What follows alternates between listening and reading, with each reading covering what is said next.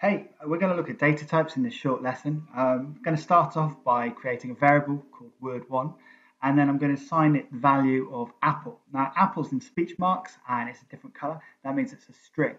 I'm then going to create word2, and again, I'm going to assign it using the equal sign, second word car. I can then use print, which is a function, and it has these brackets, which is where I put my parameters inside it. In this case, I'm going to use word1. I'm going to be a bit fancy. I'm going to use a plus sign, which is called concatenation, and that will concatenate the two words. I can also, rather than concatenating the two words, I can do a bit of maths by multiplying using a star, and I'm going to use 11, and then I can print out the word apple 11 times. So I'm going to create a variable called num1, and it's going to be assigned an integer, or a number in this case, a whole number. So I can do the same thing again, where I'm going to give it number 2. I'm going to give it a different integer, a different whole number, and then I can multiply my word1 by the variable 11, which gives me 11 apples, or I can put number 2 in, and it'll give me 22 apples. So in this example, I'm going to create a variable called food, and I'm going to assign it the string chips.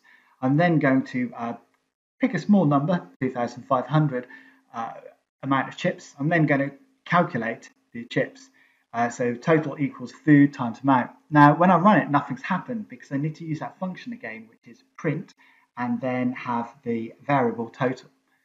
And now I've got a lot of chips. It's definitely a good way to end the week. Okay, we're going to make a small program that's going to take input and produce output. It's going to be like a chatbot. So I'm going to use variable name equals input, which is like a function. Therefore, it's got brackets, which are parameters. And inside there, I'm going to put a string, which is a message that's output. And whatever the user will then type back will be stored in the variable name. So let's just test it. Remember, whatever the input is, it's not an actual name. It could be anything. It's like a silly string of any kind. So if I test it with a real name, there is something I'm not too happy about though. It's got a, if the user was to hit enter, it would store an empty space. So I can use \n, which is an escape character, and I'll put it on a new line, which means that it should stop the user making an error. Okay, I'm happy with that. Just going to make it a bit more interactive by having some string, and then I'm going to have the variable and then a string. And to do that, I'm going to type wow and then comma. That comma has to be outside of the speech marks of the string, and there's a comma either side of the name. So the data is separated by the comma, and then it's repeating back, hopefully, the name.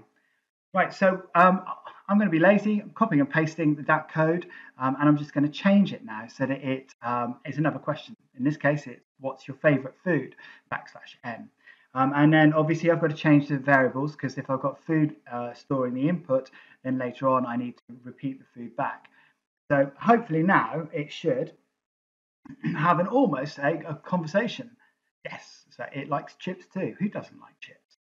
So for the next part, I'm going to use an if statement. So I'm going to store the input in the variable age. So I'm asking a question, how old are you? And then I'm going to use selection, which is if. If age is less than 16, then do this. It's really important that there's an indent underneath the if, and it shows ownership. Same with the else. So the if statement will only produce an output saying you're still in school if the number is less than 16.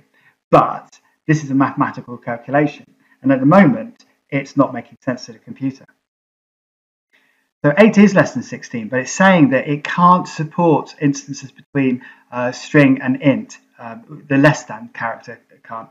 So in order to make this work, I have to do something called casting.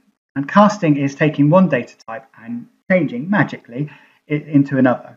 So what I'm going to do is underneath age, I'll do it this way, but age equals int, and then age in brackets. So int is magically casting the variable age into an integer, a whole number. There is a better way to do it, actually on the same line, but this is a bit clearer for you to see. So there, it's working perfectly. And once it's gone through that and it's executed the print underneath less than 16 or else, it will then move on to the next lines in the program.